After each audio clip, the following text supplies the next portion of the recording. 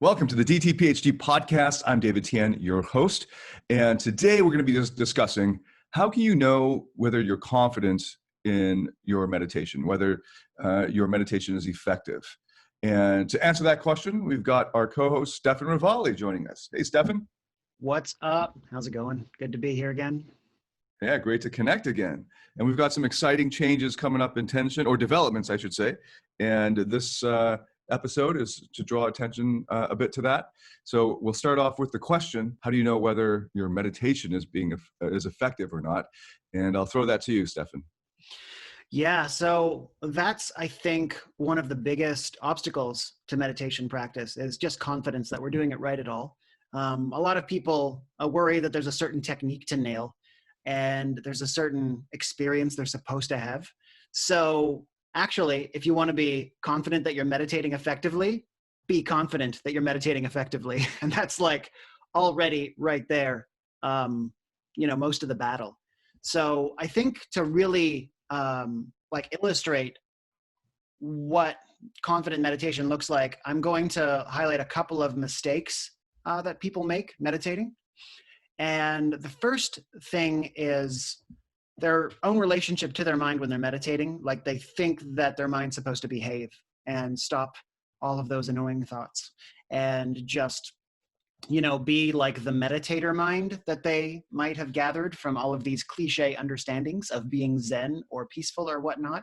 And that there's no thoughts and there's none of the usual business, right? And I've talked about this a lot before, but I just want to emphasize one point. When you are meditating, the point of it is not to become peaceful. The point of it is to become more at home with yourself. Because when you're meditating, you're in the most familiar place in the universe to you, your own mind, your own body, your own vessel. And let's start to make this like a home that you feel comfortable and safe in. And you're not going to feel that way if you're rejecting experiences that come up. And you're not going to feel that way if you're not being hospitable to all of your thoughts and feelings that are swirling around. This is part of you. You can make peace and befriend these things. And really, and it doesn't mean like you've got to like figure it all out and like understand it all and what it all means. Just be with it in a way that's calm and open and welcoming, really. And that's huge. It's huge. I mean, I come from hospitality. Actually, David and I met when I was still a leader in hospitality. And I think about hospitality when I think about meditation. And hospitality is actually a big part of Indian spirituality and yoga. They consider like the hospitable mindset towards yourself and others to be like a big part of like sacred practice. And that's, I think, like a huge step when you go from just like pushing against and rejecting and saying, why is this happening? Why is my mind so fucked up? And then moving into just welcoming it in all of its filthy glory, basically. When we start to see the benefits we want, we'll see that whole list. It can just keep going. Like you just keep mention a thing, meditation's going to work on it in some way because it's transforming your physiology. It's like if you go from never sleeping to like now suddenly you're getting 8 hours of sleep a night, every aspect of your mind and body is going to change. Every aspect of your life is going to change because you're transforming your human capacity from being like just, rattled, on edge, depleted into being healthy and vital, right? So it's all going to improve. But we'll go through the list of symptoms that we don't like, the things we don't like, and we'll pick out the stuff that we like think is really important to us. And it's good to know that. It's good to know what we value, right? And there's work I encourage people to do on this that I will be actually in an upcoming course. But then we kind of only look for relief from those symptoms. And either we get frustrated if it's not happening fast enough. Like, why is this not happening faster and it is not improving better? Or it'll improve enough for us to be like, oh, I did it. There we go. Like, oh, I need to sleep better. So then you start sleeping better and then you're like, oh, great. Okay. So I fixed it. Like, it's like as though we're like a car, like a vehicle, like, oh, my carburetor's busted. I think I'll start meditating. Oh, my carburetor's fixed. I guess I'm done. I can just keep driving it into the ground and never go back to the mechanic again, right? So the same thing will happen with sleep. Inevitably, I'm sure your sleep will start to falter again because it's not just a matter of fixing your sleep and then walking away. There's deeper mind-body balance issues that need to be worked on and constantly maintained and constantly like nourished by meditation. So when we just have this like these few things that we want and then we get them and then we think we're done, or we just say, we get impatient because it's not all happening fast enough. That's one problem. It's like active ingredient thinking, or like diet culture thinking, right? Which, I mean, you in fitness have experienced this a lot. People are like, I want to lose X amount of pounds, and they do, and then they're done, and then they give up, and then they gain it all back, and then more. So yeah, that's one big important point. Yeah, that's an important point overall for any kind of change, that the goal is not to get that result. Because if that becomes your goal, and once you get that result, you probably won't even get the result, but let's say you get that result, then you're going to want to go back to your baseline, and then you'll lose the results, or even worse, you might experience this dip effect instead, where you get worse than when you started. So it's really about your lifestyle habits. Like, how are you going to change your life in such a way that achieving that goal would become a natural, automatic process, or part of that process? So when it comes to fitness, if you want to lose a lot of fat, you're going to need to change your eating habits and your relationship with food. So it'll mean that you'll probably need to do a kind of makeover on the contents of your fridge and the places you shop for food, or the restaurants you go to, and your ordering habits, in the quantity that you're used to, and all of that. So that it becomes, if you get that down, then the result comes along the way naturally. So a kind of process orientation for any major goal is probably the best thing you can do to ensure that you actually get the goal, rather than just focusing on the goal, which I think is how most people in the modern West especially focus on goals. They think in terms of like just the goal itself. And if I can just put that goal on my front bedroom door or whatever, like someplace I can see it every day, and just visualize it like The Secret, it'll just magically appear.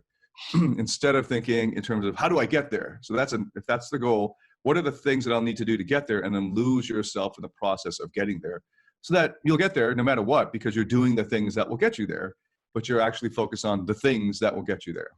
And then it becomes something that in order to sustain that interest in the process, you'll need to enjoy the process enough that the process itself is the reward.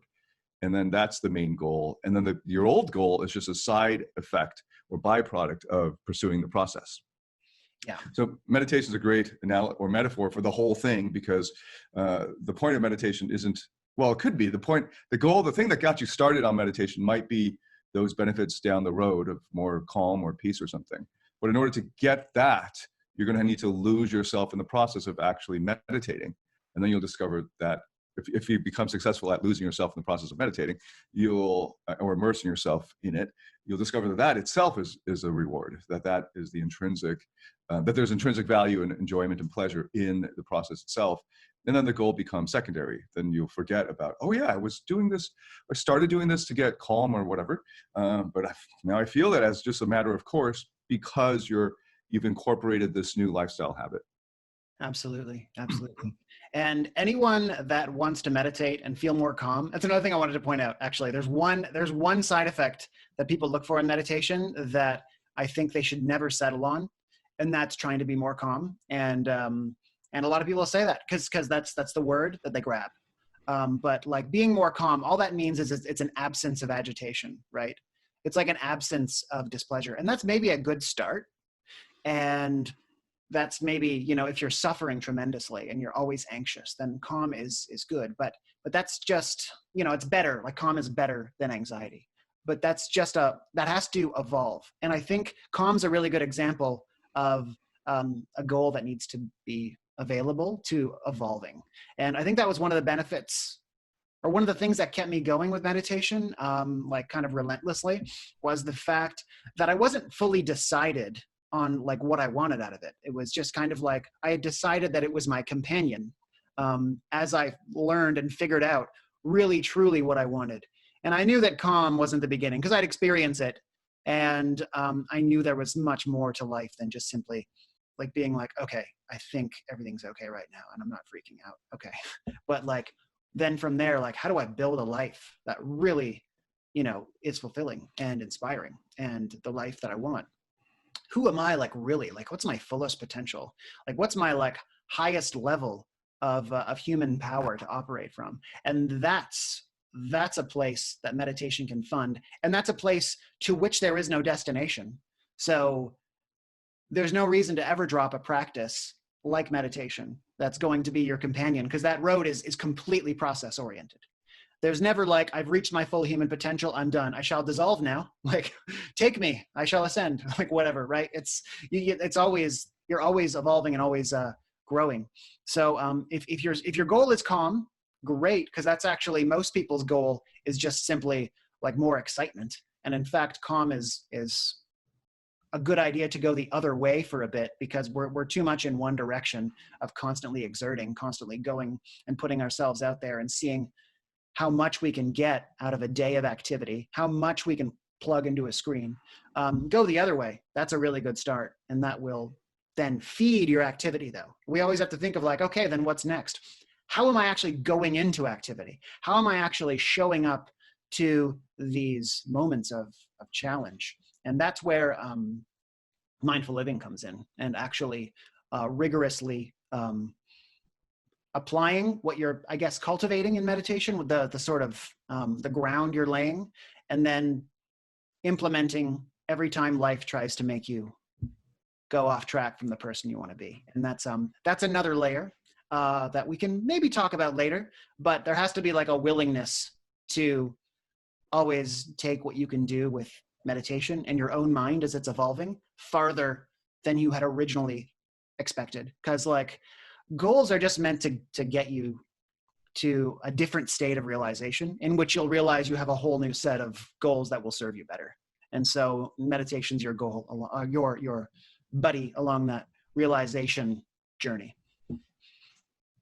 Yeah. So I was hoping we could get into how this makes a difference in your day-to-day life. So we know about these benefits of maybe emotional regulation and being able to access a kind of peaceful, calm state, or even a more excited or joyful state, or just overall more emotional self-awareness.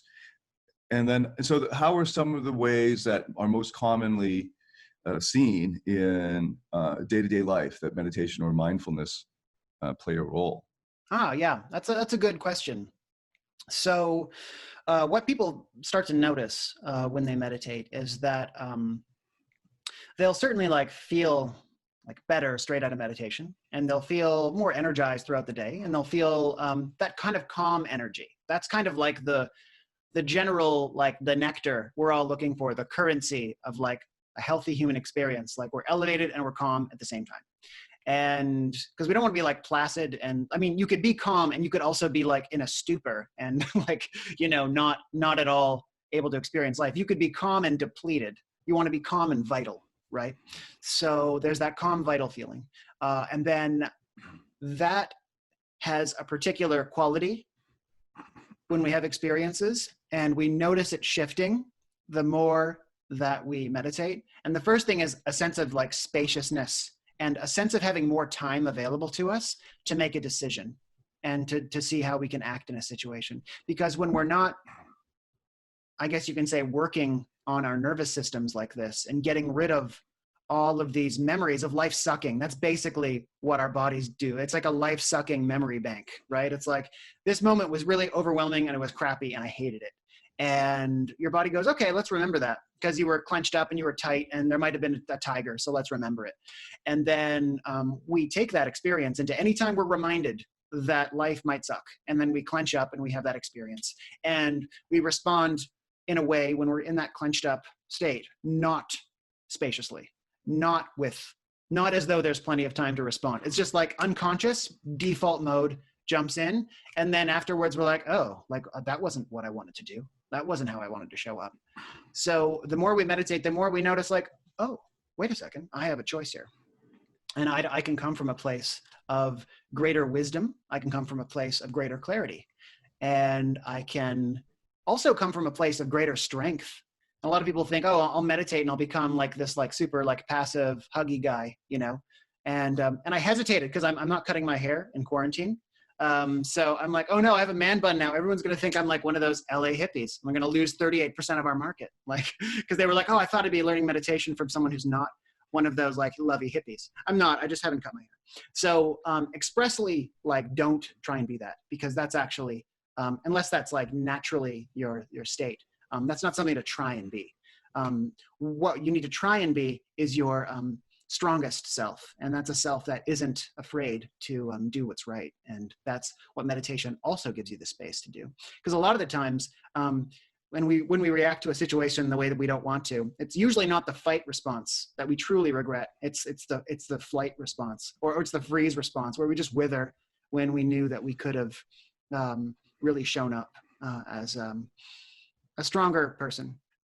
So a stronger, and let's be clear here, like a wise strong, not just like combative, like the warrior sage, that like with compassion and understanding, the kind of person that people will listen to rather than just fight, because they're like, wow, this guy really cares and he's fierce.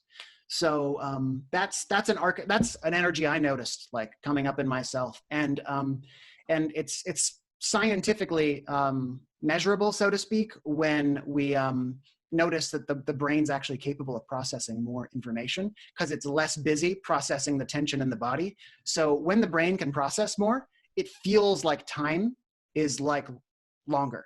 And when people are able to live more and more mindfully, they notice that they remember more, and like life kind of seems longer because there's just more coming in that's making a difference, rather than them just kind of like unconsciously zombie walking through life. And they're like, where did the last year or two go? You know? So that's one of many experiential aspects of meditation that came to me. I've experienced similar effects. So one of the things that will make a big difference is the style of meditation that you practice, for me anyway, and for those that I've recommended it to.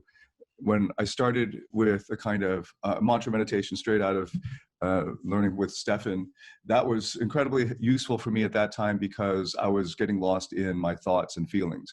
In fact, I was very identified with my thoughts and feelings. And there was a period when I was recovering from a very bad breakup, and it had upended a lot of my worldview and my self-identity, how I saw myself in relation to value and how I valued aspects of myself. And that led into me becoming just in a kind of despair. So this mantra meditation allowed me to float up above that, to detach from that, to realize I'm not my thoughts, I'm not my feelings. I'm not, in fact, any one version of myself, and that would be the only thing. I'm able to separate from whatever part of me is feeling this way. Of course, this parts language I only discovered later, but that was what was happening, giving you this ability to be more objective, or to step out of whatever overwhelming emotion you might be feeling. So in therapy or in therapeutic styles, it's really important to be able to help a client not be overwhelmed by their emotions. That's one of the first things that you learn, because most people who are going to a therapist or are looking for emotional support are overwhelmed by their emotions. So one of the best styles of meditation for them is to be able to not be overwhelmed by those emotions, get that detachment or that separation, so they're not fully identified with them. But then after a while, I needed to be able to access my emotions more quickly. So to get the most out of a therapy session, let's say it's only an hour, if you just talk a lot, which is bad therapy, generally speaking, all the talking is not really therapy, it's just discussing stuff. That's not doing any emotional work. And I discovered to get the most out of my session, I needed to feel quicker. I needed to get into my feelings in 10 minutes rather than 50 minutes. And those are cues that were coming from a really, really great therapist that I was working with at the time. And he's like, are you meditating? I'm like, yeah, I've been meditating for a couple of years. It's like, oh, but are you meditating in this way where we're getting you into your body, into your feelings? And then I started to practice a more mindfulness style of meditation where I start off with a body scan, or I don't even need to do it systematically from the whole body, but just being more in tune with the actual senses. So even just as I'm breathing, feeling my nose hairs moving. I was living in very hot places, so the air conditioning was always on. So just feeling the moisture on my skin contrasted with the cold air coming from the air conditioning, or the sun hitting my skin and all that. And just being more in my body help me to stay with my emotions because I was underwhelmed, right? So then we have where you're detached from your emotions. And the average dude walking around is pretty detached from his emotions. I know this because I specialize in working with dudes. And most dudes are just keep their emotions at arm's length and maybe don't even know where they are when they want to go and feel. So lots of different styles of meditation help you in your day-to-day life to access your self-awareness, your emotions, to prevent overwhelm, or the opposite of being able to go deeper into your emotions to do more emotional work, which is incredibly important in relationships. And one of the reasons why guys fail in the relationships so often, or they end up hitting that wall after the honeymoon period, is because they go into a rational, logical state when they're arguing with the girlfriend or wife. And now the girlfriend and wife, excuse me, is coming at them with all these emotions, and he retreats into his logical mind, and then she feels like he's not listening to her. She doesn't feel understood. And one of the first techniques I teach in our relationships courses is being present. And if you can't be present with your own body and your own emotions, you're not going to be able to be present with any other human being, because that's a second step. So being able to stay in your body, feeling with whatever you're feeling and being okay with that, no matter how overwhelming it is. And then even more to enjoy it, even enjoying sadness, even enjoying what you previously interpreted as despair is now another color of the rainbow of life.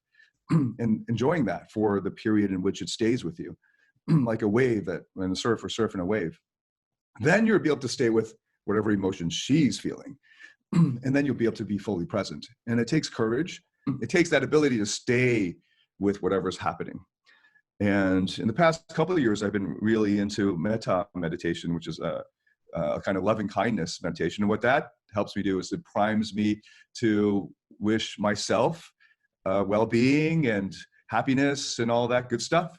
And then to wish that on others and just remind me that there are other people I love, and sending that in the kind of, maybe it's a spiritual way to them in my mind.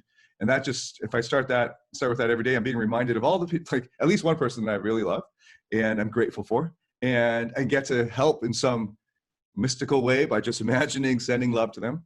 And that just feels awesome because you're already accessing your contribution and your love and connection right off the bat, right in your mind. And then that also primes you to be more loving and caring and compassionate to others throughout the day, because you're already starting your day off on this positive footing, just reminding yourself, priming yourself to be loving, or what I call now turning towards goodness. That turning towards is an action, and it assumes that you could turn away from goodness. So you're at this crossroads of, I could just you get cut off in traffic and I could just yell at this guy or tailgate him or something, or I could turn towards goodness.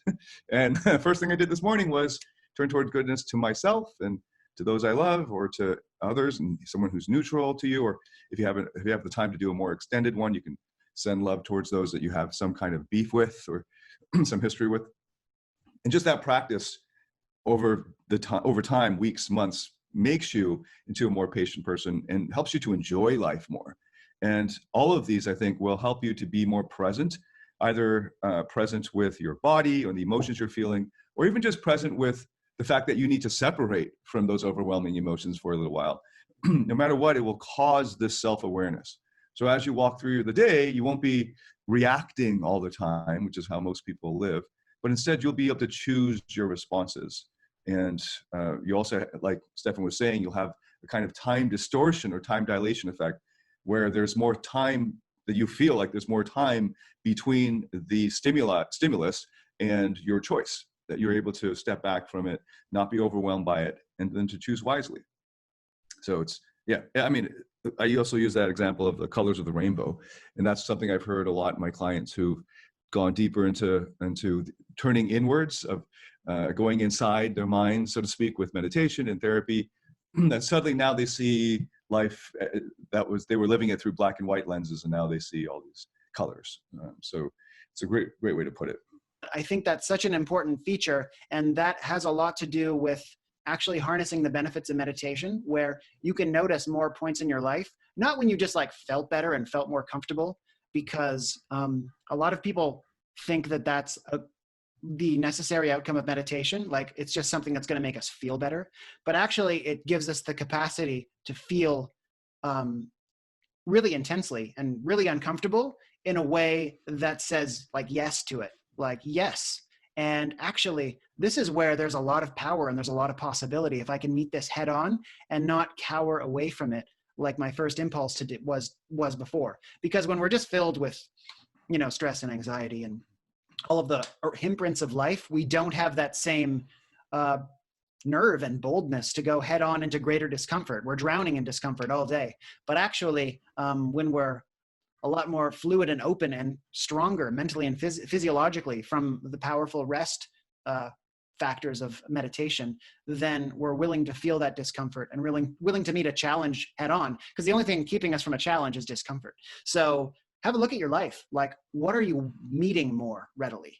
And when you can like read these benefits and journal and like keep track of these benefits, you can then say, well, maybe meditation has been a really reliable companion. And another thing you mentioned too about, feeling who we are, like who are we really, right? And that's often the journey people go on if they're going to go on like a deep self-discovery journey. And that's something people consider meditation a valuable companion for as well, a tool for. But what does that like look like when we actually learn who we are? Well, we're learning whoever we are isn't in our head. It's not in whatever story the mind's telling about us.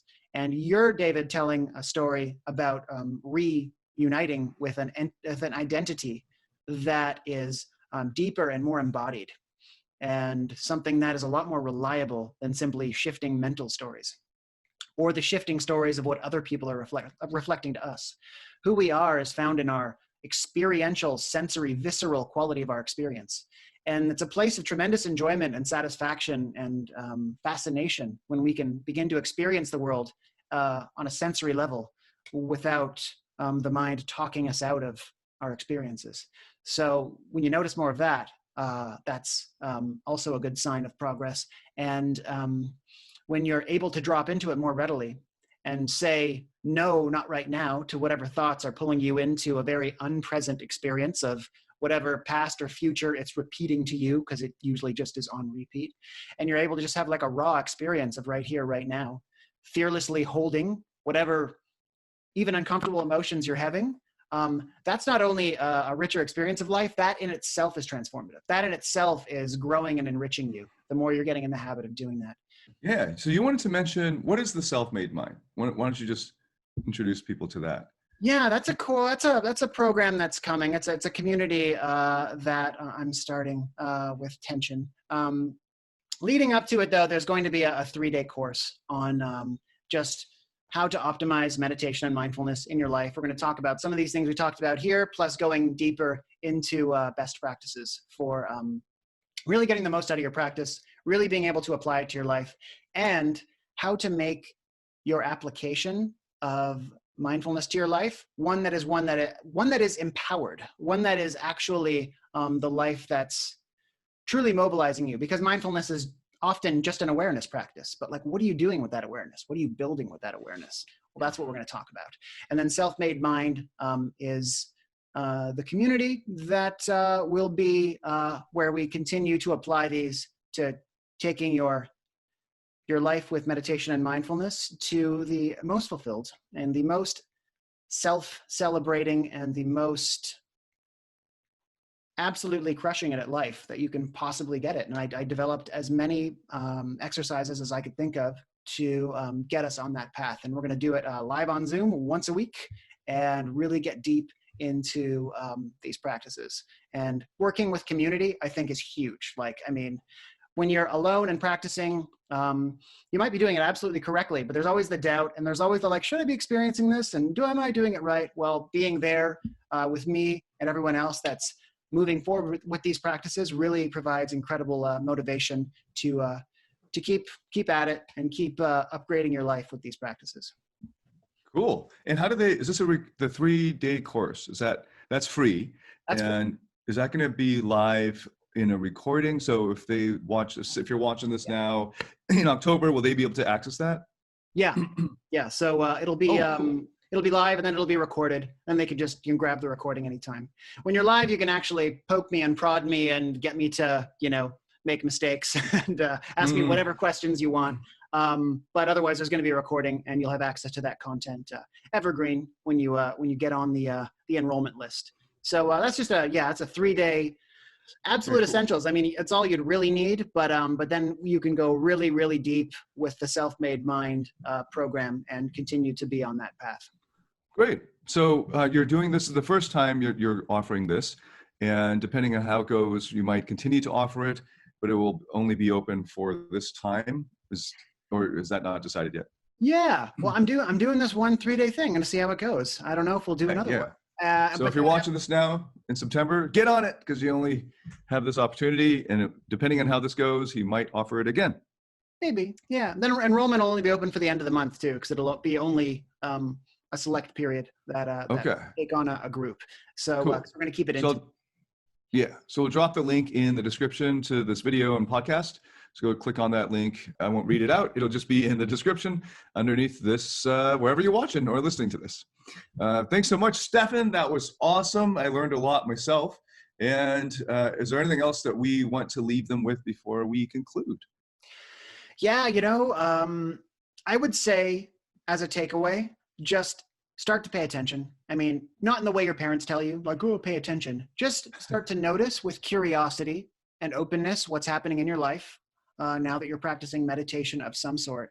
And just notice where your standards are going up. And maybe if you've plateaued, really start to celebrate that and say, wow, my standards have really gone up so much that I'm now hungry for like the same speed of improvement. So begin to look at that. And begin to really appreciate how far you've already come. And from there, you can build the life you really want. Beautiful. All right. Great place to stop. Thanks so much, Stefan, for sharing all that with us. And we'll hopefully see some of you guys in Self-Made Mind. And otherwise, we'll see you on another DTPHD podcast. And check out Tension Mindfulness as well, tensionmindfulness.com. We've got a free mantra meditation course up on that. So you just enter your email and get in on that free course as well. Thanks again. Thanks so much, Stefan. And thanks for those who are watching and listening.